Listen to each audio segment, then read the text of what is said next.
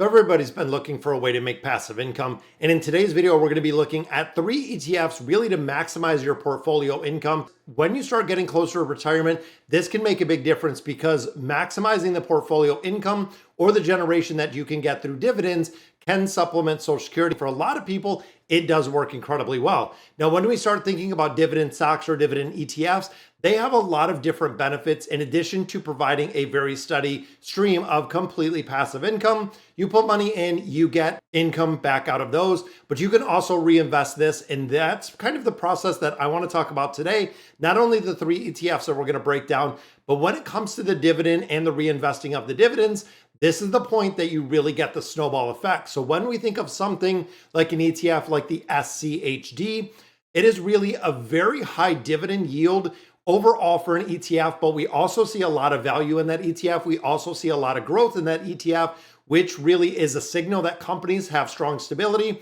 that they're going to be around for a while. And we've also seen really dividend appreciation or the increase in dividends in the last couple years. So when we start thinking of selecting personal dividend stocks, just picking one single stock in the entirety, I do not recommend at all. That is the reason why I stick to ETFs and ETFs in their entirety. When you look at one individual stock, it could be a bad news that, of course, sends the stock down. Even though the dividend will still be there for that stock, sometimes they can pull the dividend. And if they do, guess what? You're kind of out because if you own that stock, the stock declines. That is where the ETFs come in. And that is the reason why, personally, I only invest in ETFs and ETFs in their entirety. It's a great way to generate income over an extended amount of time. Now, the 3 that we're going to look at, the first one, which is one that I hold more than any else. If you guys remember my YouTube AdSense, all of the money, literally 100% of the AdSense revenue that we're getting from YouTube is going into the SCHD, the all-around dividend strength stock. We've seen it split at a 3-to-1 split. So if you're looking to invest it, in my opinion, it is a really good time because not so heavy into the tech side like we see with some of the very strong, like the QQQ, but it still does incredibly well when it comes to the value and the growth that we've seen, as well as the return. Very well-rounded, competitively priced. It targets a portfolio around 100 stocks. When you think of investing into one single stock, I do not recommend it. When you look at investing in 100 large cap companies, it makes a big difference. Now, it has an amazing track record of paying out dividends. Also, the yield plus the dividend growth. When you're compounding the growth that you're getting from dividends in there, it can really make it and drive this one really to the top. More than 63 billion in assets under management, one monthly trading average of about 11 million.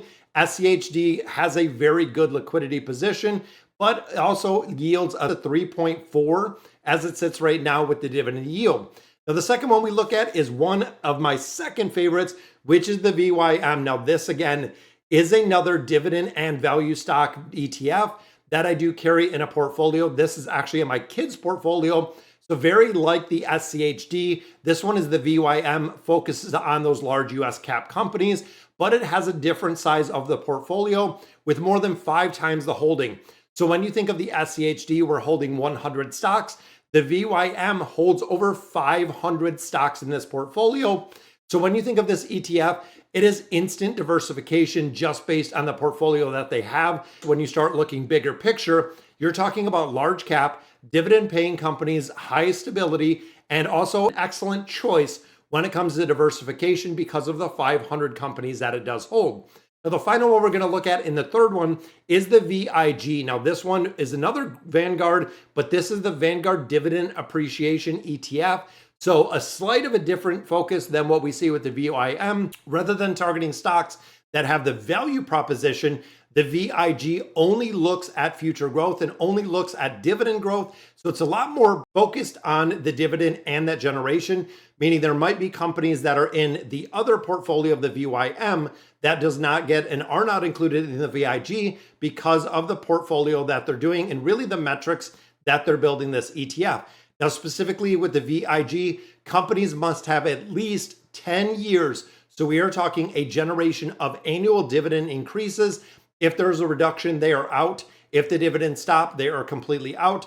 10 years of consecutive dividend increase. So of course, this one, the VIG portfolio is about 340 stocks, well diversified, but not quite as broad as the VYM. So when we think of the VYM in comparison to the VIG, you can see the difference in there with the amount that they hold. So essentially, if you have 500 in the VYM, 340 in the VIG, some of those 500 companies that are held in that VYM are not included and do not meet the criteria of the 10 years of consecutive payouts, which is the reason why they do exclude them. So when we think of dividend ETFs, and this is a question that I get all of the time, when you start looking at dividend ETFs, there are a ton of them. There's a bunch of different ways. There's a bunch of different options. There's a lot of different things that they do, from calls and puts and dividend generation.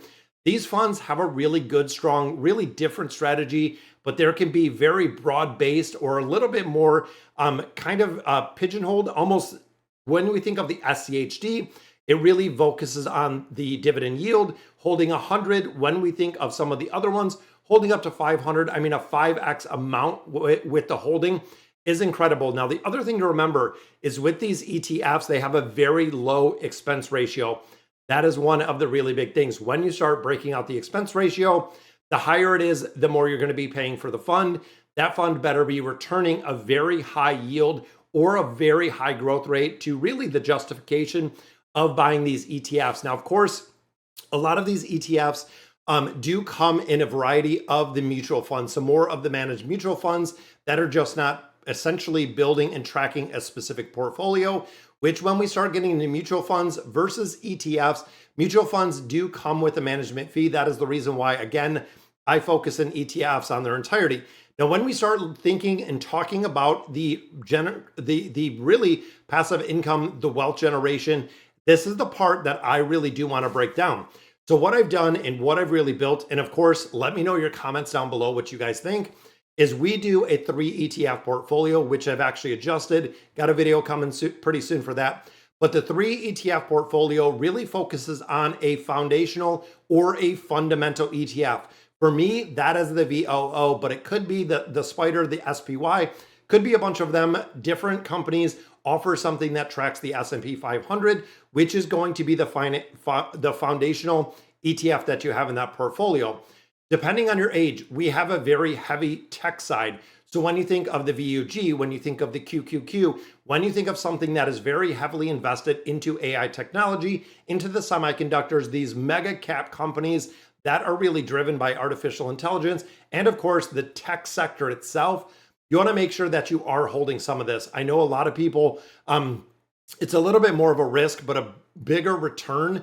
When you look at what some of the QQQM has done in relationship to the VOO, you can see the difference where the risk comes from over the last decade and where we're seeing the growth factor. And the final piece of that 3 ETF is the dividend side. So of course, when we start thinking of the portfolio, when you start thinking about the return that you're getting from these dividends, my dividends are reinvested. So when I'm getting them from all 3 of the ETFs I hold in that portfolio, it is automatically reinvesting in that portfolio. So what I've done though is as we get closer to retirement, we have actually moved a couple more percentage into something that is more of the dividend, something more of the dividend yielding and the income generation versus holding it all into the heavy tech stock, because of course, high volatility, high risk when it comes to a lot of the tech ETFs.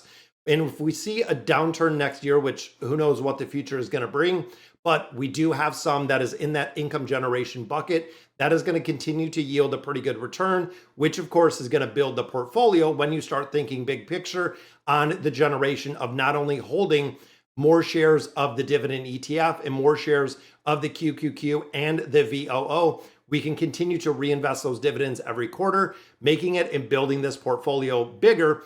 And I also do DCA or dollar cost averaging. So we're putting a set amount every 2 weeks into this portfolio as well, which again can make it grow exponentially faster. So you can see kind of how this snowball follows. And if you've been following my channel for a while, we did the 3 ETF portfolio. We started right around, I believe it was around 70,000. Right now that portfolio is $130,000 plus.